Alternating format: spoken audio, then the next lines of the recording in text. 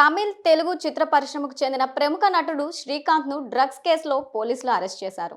నటుడు కొకైన్ కొనుగోలు చేసినట్లు ఆరోపణలు ఎదుర్కొంటున్నారు. దీనికోసం పోలీసులు అతన్ని విచారిస్తున్నారు.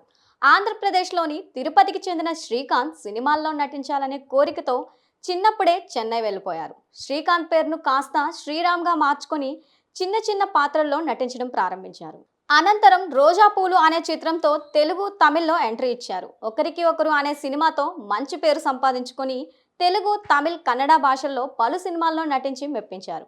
ఇటీవల శ్రీరామ్ హరికథ అనే వెబ్ సిరీస్లోనూ అలరించారు. ఈ సీనియర్ నటుడిని డ్రగ్స్ కేసులో చెన్నైలోని నుంగంబాకం పోలీసులు అరెస్ట్ చేశారు. రాజీవ్ గాంధీ ప్రభుత్వ ఆసుపత్రిలో నటుడు శ్రీరామ్‌కు వైద్య పరీక్షలు నిర్వహించి రక్త నమూనాలను సేకరించారు. అనంతరం నుంగంబాకం పోలీస్ స్టేషన్‌కు శ్రీరామ్‌ను తరలించి సుమారు 2 గంటలుగా చెన్నై నార్కోటిక్స్ ఇంటెలిజెన్స్ యూనిట్ పోలీసులు విచారిస్తున్నారు. మాజీ ఏఐఏడీఏఎంకే నేత ప్రసాద్ నుంచి డ్రగ్స్ కొన్నట్లు ఆరోపణలు రావడంతో పోలీసులు శ్రీరామ్‌ను అరెస్ట్ చేశారు. ఇప్పటికే ఈ డ్రగ్స్ కేసులో ఏఐఏడీఏఎంకే నేత ప్రసాద్‌తో సహా మరో ఇద్దరిని పోలీసులు అరెస్ట్ చేశారు. వారిని విచారిస్తున్న సమయంలో వారు ఇచ్చిన సమాచారంతో శ్రీరామ్‌ను కూడా అరెస్ట్ చేసి పోలీసులు విచారిస్తున్నారు.